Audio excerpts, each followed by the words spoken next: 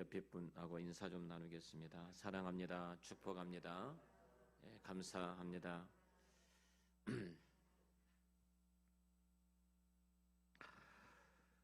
오늘은 우리 한사람교회 추수감사주일로 지키는 날입니다. 그리고 지난 1년 동안 우리 하나님 앞에 썼던 그 감사의 일기들을 돌아보면서 어떤 은혜를 우리 가운데 베풀어 주셨는가를 또 묵상하고 그 은혜를 베풀어 주신 주님을 찬양하며 감사함으로 예배를 드리는 귀한 날이기도 합니다.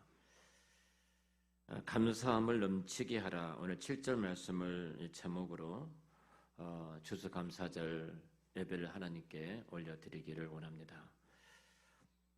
어린아이가 자라나서 성장해서 어른이 되기까지 대부분 두 과정을 거치게 됩니다. 두 과정이라는 것, 하나는 성장이라는 과정을 거치고 또 하나는 성숙이라는 과정을 거치게 되죠.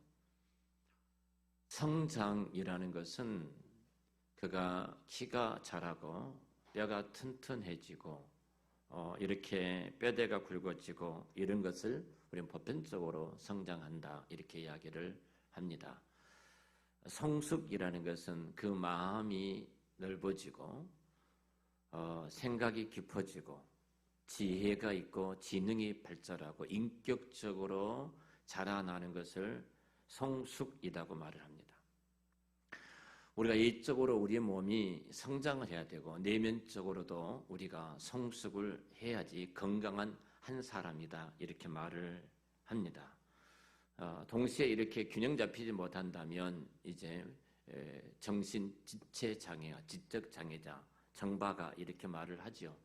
내가 키가 자라고 튼튼 몸이 자랐는데 아직도 내 생각하는 것이나 내 지능이나 내 지혜나 인격에 있어서 어린아이의 모습을 갖고 있다면 그 아이는 아직도 성장하지 못한 정신지체 장애자, 정바가 이렇게 이야기를 보편적으로 합니다.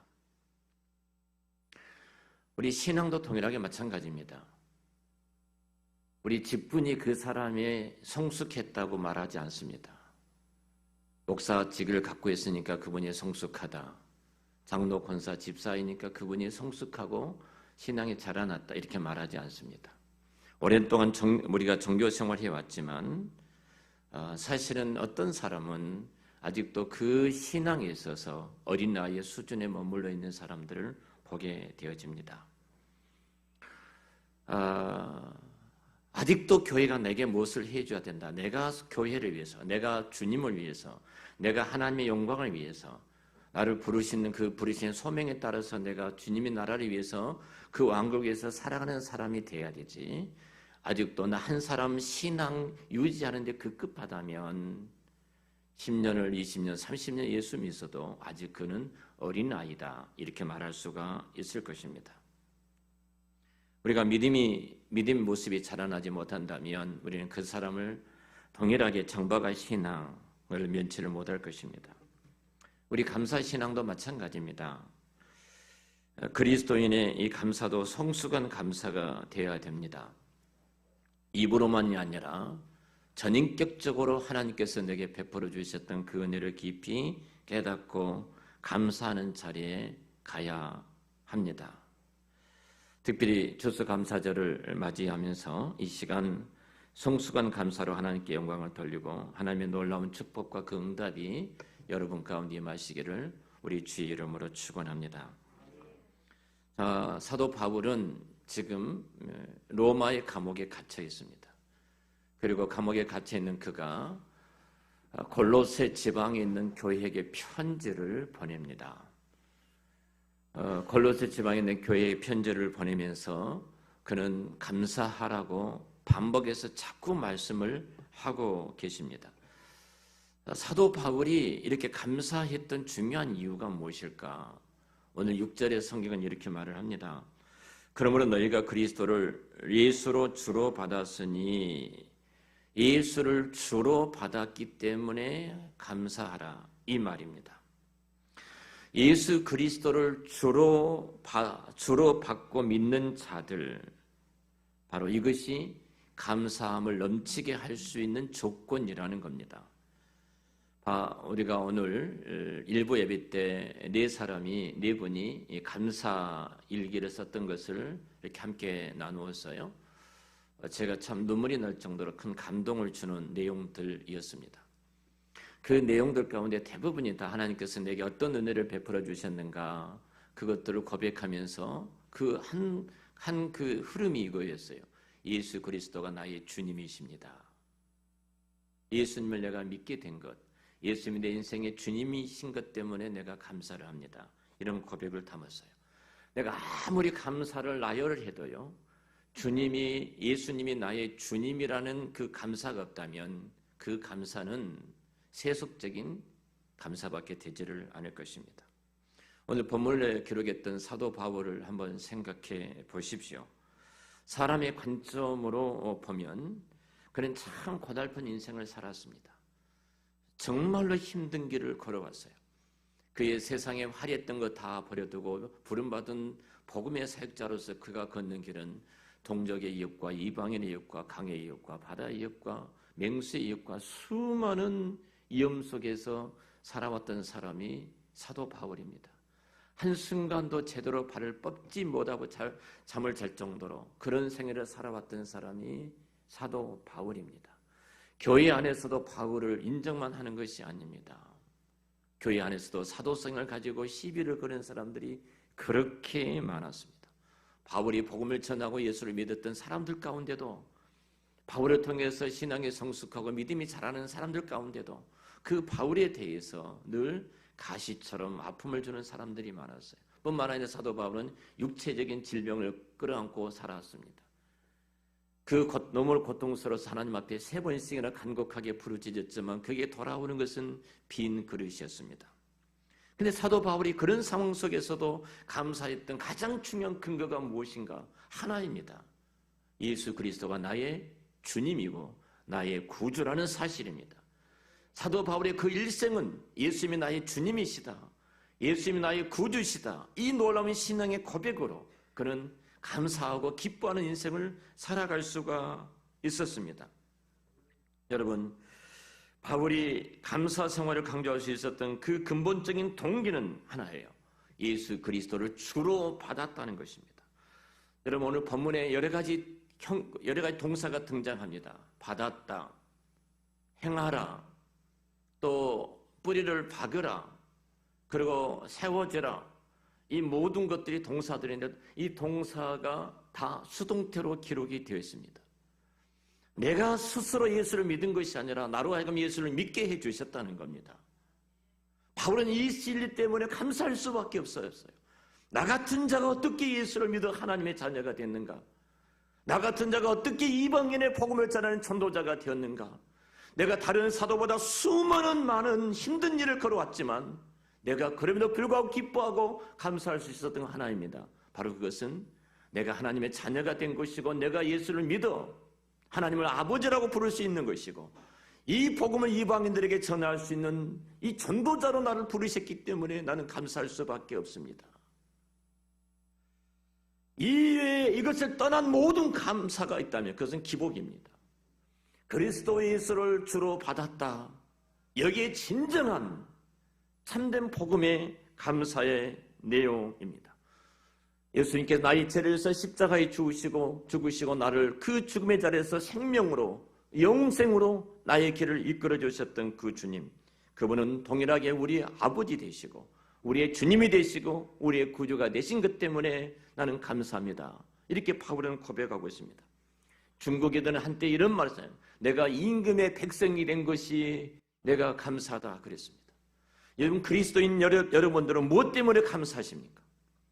내가 예수님께서 나의 주님 되신 것 때문에 감사하고 예수 그리스도 그분께서 내 인생의 왕인 것 때문에 감사하고 하나님께서 내 아버지가 되신 것 때문에 감사한다면 그는 진정한 살아있는 생명이고 깨어있는 그리스도인이라고 말할 수가 있습니다. 어제 저희들이 붕어빵 전도를 했습니다. 두 분의 장로님, 한 장로님은 허리까지 아파서 잘 걷지도 못하시는데 서너 시간 그곳에 서서 붕어빵 전도하는 모습 보니까 눈물이 흐르더라고요. 얼마나 감사한지. 그때 제가 법변제로 전도해보면 이렇게 말합니다. 하나님을 살아계신다고 말하는데, 당신이 하나님을 믿는다고 말하는데, 눈으로 내가 그 하나님을 보면은 내가 믿겠다. 그 하나님을 보여달라. 이렇게 말을 하죠. 하나님을 보여달라. 여러분, 무엇으로 그 하나님을 믿음으로 증명할 수가 있겠습니까? 분명한 것은 하나예요. 하나님 항상 내 주변에 계십니다. 그리고 모든 우주와 만물을 통틀어서 그것들을 섭리하시고 이끌어가시고 운행하고 계십니다. 하나님은 항상 내 곁에 계시지만, 내 발이 헛디디지 않도록 나를 지키시고 계시지만, 뿐만 아니라 그 지키신 하나님은 나를 지키시기 위해서 졸지도 않고 계시지만, 그 하나님께서는 나를 위해서 내가 잠을 아무것도 할 수 없는 한밤중에 잠을 잘지라도 하나님은 나를 위해서 복주시기 위해서 일하고 계시지만, 내가 하나님을 인식하지 못한 것은 무엇일까요? 하나입니다. 나는 항상 내 곁에 있었는데 너가 나를 믿지 않았기 때문에 내가 그것을 보지 못한다. 자, 저와 여러분들이 하나님을 믿게 됩니다. 예수님을 구주와 주님으로 받았습니다. 그 순간 생각해 보십시오. 하나님이 느껴지기를 시작합니다. 하나님의 음성과 숨소리가 들리기를 시작합니다. 내가 예수 그리스도를 나의 구주와 주님을 믿는 순간 하나님께서 내 주변에서 하나님의 손길이 아닌 것이 없을 정도로 일하고 계신 하나님을 우리가 만나게 된 줄로 믿습니다. 하나님은 그렇게 우리 곁에 계시는 거예요.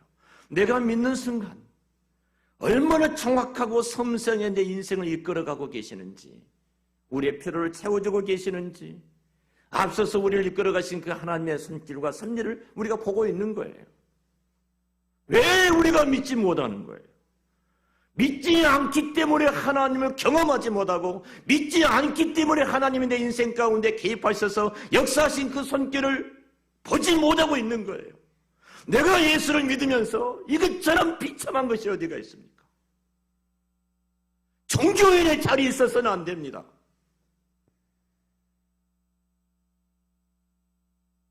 종교 생활을 해서는 안 됩니다. 하나님이 살아계시는데, 오늘도 우리 인생 가운데 모든 것을 동원해서 일해 가시는데, 내가 믿지 않는 것 때문에 그 하나님을 느끼지 못하고, 내가 그 하나님을 믿지 않는 것 때문에 하나님의 음성을 듣지 못하고, 내가 믿지 않는 것 때문에 하나님의 손길과 그 섭리를 내가 보지 못한 것처럼 그런 종교인의 자리에 있다면, 이것처럼 불행한 일이 어디가 있냐 이 말이에요.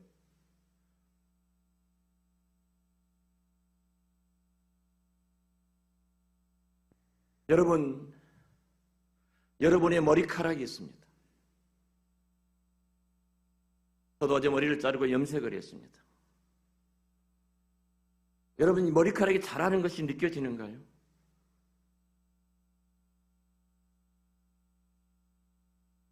머리카락이 자라는 속도가 0.016mm 그 파워미터라고 말을 합니다. 그러니까 우리가 보편적으로 하루에 머리카락이 자라는 것이 0.3mm라고 이야기, 353mm라고 이야기를 합니다. 그거 느껴지시는가요? 보십시다. 내 머리카락이 지금 자라고 있어요, 하나가요. 그걸 느껴진가요? 자, 내 머리카락이 자라고 있는데 자라나는 그 0.35mm라고 생각을 해봐요. 여러분의 머리카락이 지금 몇 개나 되죠? 보편적으로 우리 머리카락의 숫자가 약 10만 개 정도 이야기를 합니다. 10만 개의 머리카락이 한 올씩 0.355mm로 자라난다면 내 머리카락이 하루 자라는 내 머리카락이 길이가 얼마나 될까요? 학자들은 이렇게 말합니다. 당신의 머리카락이 하루 자라는 것이 35m입니다. 느끼신가요? 자, 이 지구를 보겠습니다. 이 지구가 얼마나 빠른 속도로 날아가는 줄 아시죠? 얼마나 빠른 속도 날아가는 줄 아시는 분 계신가요? 이 지구 속도가 날아가는 속도가 10만 시속 1시간에 보편적으로 우리나라 최고 고속도로 110km입니다. 그러니까 110km 달리는데 150, 200을 달리면요 날아가는 것처럼 차가 보이죠. 근데 이 지구가 시속 10만 8천 km로 날아가고 있습니다. 느끼신가요? 내가 느끼지 못하니까 믿을 수 없다고요? 내 눈에 안 보이니까 믿을 수 없다고요? 성경이 이렇게 말합니다. 하나님을 믿는 순간 하나님이 느껴집니다. 하나님이 보입니다. 그분의 음성이 들리고 그분이 내 인생 가운데 얼마나 섬세하게 나를 다스리고 이끌어 가신 그 손길을 보게 되는 거예요. 하나님은 영이시라고 말을 합니다. 하나님이 영이시는데 영이신 그 하나님이 보인가요? 안 보이니까 안 믿나? 뭐 영이 있어? 제가 묻겠습니다. 귀신도 영입니다. 귀신을 믿습니까? 안 믿습니까? 다 믿어요. 귀신이 있다는 것을. 봤다는 사람도 많아요. 주변에 안 믿는 사람 거의 없어요. 근데 왜 하나님이 계신 것을 안 믿죠? 영이라면. 내가 예수 그리스도를 나의 구주로 받는 순간 하나님은 우리 인생 가운데 개입하셔서 얼마나 정확하게 우리 이끌어 가신지를 모릅니다. 제가 부디 여러분 부탁드립니다. 종교인 되지 마십시오.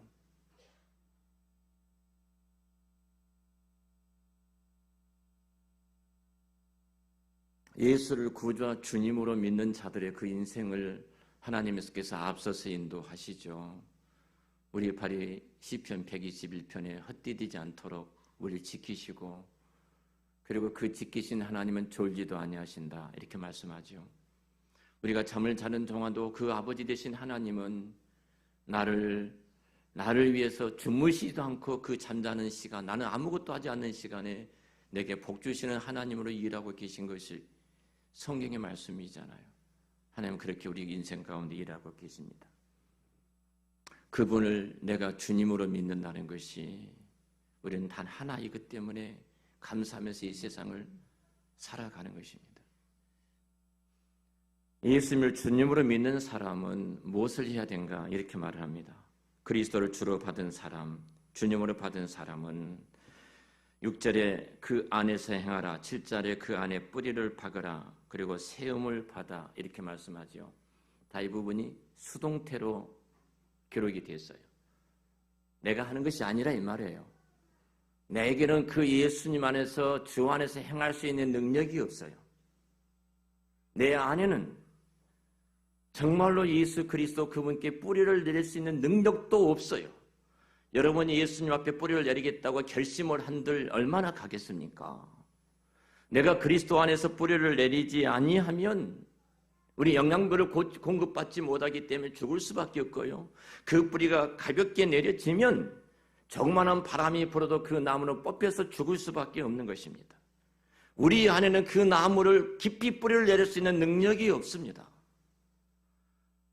또 세움, 건축적인 용어를 쓰고 있습니다. 내가 하나님의 자녀로 하나님 백성으로 세워지는 이 일들이 내게는 할 수 없단 말이에요.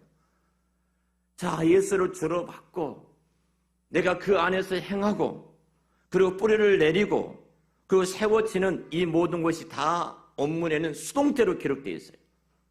수동태라는 것이 무슨 말씀인지 아시죠? 내가 하는 것이 아니라 이 말이에요. 근데 이 6절과 7절이 딱 하나가 능동태로 기록이 되어 있습니다. 그것이 감사하라입니다. 내가 감사할 때, 주로 받은 그 자가 감사할 때 그 사람은 주 안에서 행하는 자의 삶을 사는 것이고, 내가 감사할 때 주님께서 나로 하여금 기쁜 당신 앞에 뿌리를 내리게 하는 것이고, 내가 감사할 때 주께서 나를 높이 세워주실 줄로 믿습니다. 감사할 때예요. 감사할 때. 종교인의 감사가 아니라 이 말입니다. 그리스도를 주로 받은 사람이 감사할 때, 왜 성경에서 사도 바울은 고릴로새 교회에게 이렇게 말을 했을까요?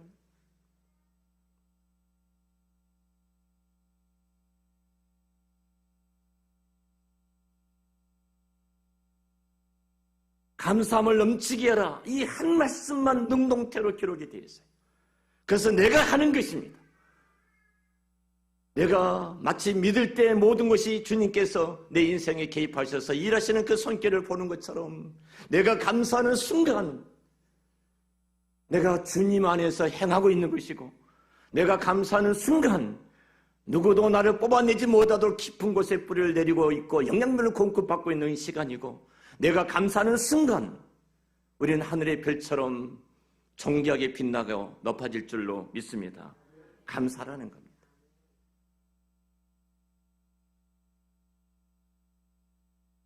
주소 감사일이기 때문에 제가 감사하라 이렇게 말씀을 드린 것이 아니에요. 어제 한 청년하고 이야기를 나눴습니다. 이런 말을 합디다. 목사님, 제 인생의 주인은 저입니다. 선택한 것도 내가 선택하는 것이고, 내가 선택한 것은 내 인생에 내가 책임을 져야 됩니다. 잘 선택한 것이든 못 선택한 것이든 선택한 것은 내가 책임을 집니다.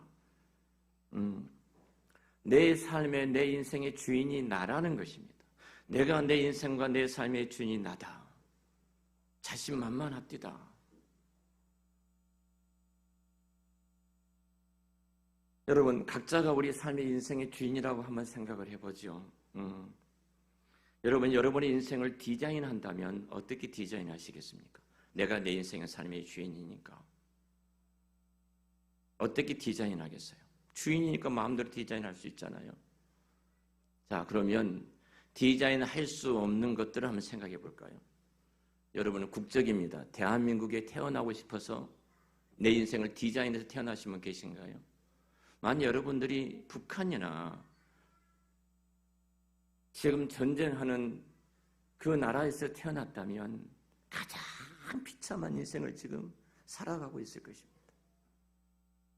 여러분, 국적을 선택하셨는가요? 또 하나, 여러분이 부모를 선택하셨는가요? 이 성씨를 갖고 있는 아버지와 이 성씨를 갖고 있는 어머니여서 내가 태어나야 되겠다. 여러분, 그것을 부모님을 선택하셨는가요? 아니면 성별을 선택했는가요? 나는 남자로 태어나야 돼. 나는 여자로 태어나야 돼. 이런 성별을 여러분들이 선택을 하셨습니까? 뿐만 아니라 여러분 태어난 시기입니다. 내가 2000년에 태어날 것인가? 2차 대전 때 태어날 것인가? 일제시대 때 태어날 것인가? 여러분 태어난 시기를 선택하셨습니까? 아니면 자, 여러분 성격, 여러분의 키, 여러분의 외모, 여러분 머리칼 색깔, 자, 이런 건 모두 여러분들이 디자인해서 여러분들이 이 자리에 있습니까? 우리가 스스로 우리 자신을 위해서 할 수 있는 것은 아무것도 없습니다. 근데 우리가 지금 선택한 것은 대부분 중요하지 않는 것입니다. 바로 이겁니다. 오늘 무엇을 먹을까? 칼국수를 먹을까? 김치찌개를 먹을까? 중국집에 짜장면을 먹을까? 무엇을 입을까? 교회에 오는데 어떤 옷을 입고 내가 교회에 올까? 여러분, 이런 것들은 내가 결정한 이것들은요, 아무런 의미가 없습니다. 의미가 없어요. 그런데 우리는 그것들이 마치 내가 대단한 내 인생이 중요한 것처럼 착각하면서 우리가 살아가는 거예요. 여러분들이 아무리 많이 쌓아놨다 할지라도 한순간 하나님이 불어버리시면요, 그래서 순식간에 날아가리고 사라져버리고 맙니다. 그것까지 내가 선택해서 지금 가지고 있는 것이 아니라 이 말입니다. 여러분, 지금 우리가 바라보면은 그리스도 안에서 주님을 믿음으로 받은 순간, 주를 내가 받은 순간, 예수님이 주님 되는 순간 우리는 감사하지 않을 것이 단 한 가지도 없습니다.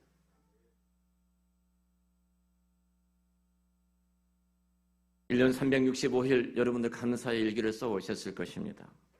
감사의 일부 예배 때 상당히 많은 분들이 감사의 일기를 썼다는 손을 들어서 하나님 특별한 은혜를 주셨다, 그런 생각을 가져봤습니다. 목요일 날 수능을 봤습니다. 늘 선생님이 그런 말씀을 하시죠. 수능 시험을 볼 때마다 선생님들은 이런 말을 합니다. 아는 문제부터 풀어라. 모르는 문제 자꾸 끙끙대지 말고 아는 문제를 풀다 보면 나중에 모르는 것도 생각날 수 있겠다. 자, 우리 인생도 마찬가지입니다. 우리가 믿음이 적어서 그 고난에 이르는 내가 이해할 수 없는 그 일들을 감사하지 못할지라도 내가 매일매일 감사일기를 쓰는 순간, 내가 감사할 수 있는 것들 쓰는 순간 도무지 이해하지 못한 것까지라도 감사하는 자리에 우리가 가 있음을 보게 되잖아요. 지난주에 동안 감사일기를 쓰는 여러분들은 분명히 그 많은 것들을 이렇게 느끼셨을 것입니다. 결론적으로 말씀을 드리겠습니다. 오늘 감사함을 넘치게 하라 설교 제목입니다. 추수감사절은 이스라엘 백성들이 400년 동안 광야를 마무리 짓고 그자들이 가나안 땅에 들어가서 첫 번째 지켰던 절기가 추수감사절입니다. 감사함으로 하나님 앞에 영광을 올리게 되죠. 세상의 민법 253조를 제가 여러분에게 읽어드리겠습니다. 유실물의 습득. 유실물을 주었을 때는 경찰관서에 제출하거나 유실자, 소유자 등에게 급속히 반환하여야 한다. 경찰관서에 제출되었을 경우 경찰관서는 이를 권고하여 그 소유자가 밝혀지면 그것을 반환한다. 반환받은 자는 습득자에게 그 물건값의 100분의 5 내지 100분의 20의 범위 안에서 보상금을 주어야 한다. 유실물법 제4조.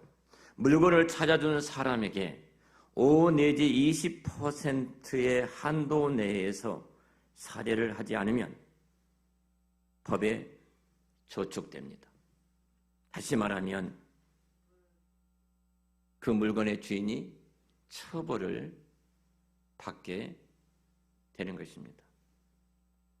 하물며 세상의 법도 이러한데 당연히 유익을 끼친 사람에게 감사하지 않으면 죄가 된다고 했습니다. 그런데 예수 그리스도를 주로 받고 생명을 받은 생명의 은혜를 입은 우리들이 은혜를 베푸신 그 하나님 앞에 감사하지 않는 것 무서운 죄가 아니겠습니까? 사도 바울은 골로새서 3장에서 이렇게 말을 합니다. 15절부터 17절까지 보면은 그리스도의 평강이 너희의 마음을 주장하게 하라. 너희는 평강을 위하여 한 몸으로 부르심을 받았나니 너희는 또한 감사하는 자가 되라. 그리스도의 말씀이 너희 속에 풍성히 거하여 모든 지혜로 피차 가르치며 권면하고 시와 찬송과 신령한 노래를 부르며 감사하는 마음으로 하나님을 찬양하고 또 무엇을 하든지 말이나 일이나 다 주 예수의 이름으로 하고 그를 힘입어 하나님 아버지께 감사하라. 사도 바울은 감옥에 있으면서 골로새 교인들에게 끊임없이 부탁한 것이 예수를 주로 받은 여러분들은 그리스도 교회 안에서 한 몸이 되지 않았습니까? 감사하십시오. 감사하십시오. 계속 감사함을 권면하고 있는 것을 보게 되어집니다. 사랑하는 성도 여러분, 감사하는 생활은 믿음의 척도입니다. 감사는 믿음과 반드시 비례합니다. 믿음이 적은 사람은 감사가 없습니다. 믿음이 큰 사람은 그런 큰 감사를 할 수밖에 없습니다. 감사가 큽니다. 감사는 그래서 믿음의 표현입니다. 하나님을 영화롭게 하는 최고의 제사가 감사입니다. 마귀를 이기는 최대의 무기가 감사입니다. 성도의 가장 귀한 보배가 감사입니다.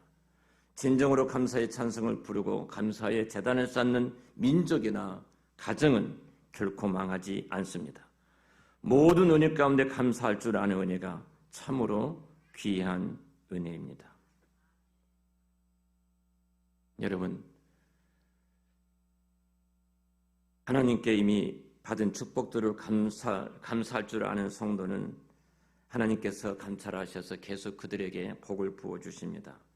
축복은 감사의 문으로 들어오지만 축복이 나가는 것은 불평의 문 때문에 그 축복이 나가게 됩니다.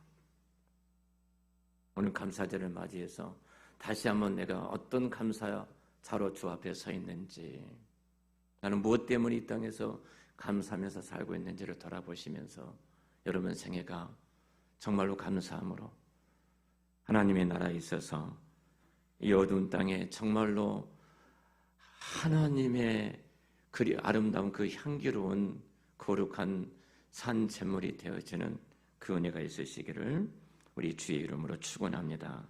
기도하겠습니다.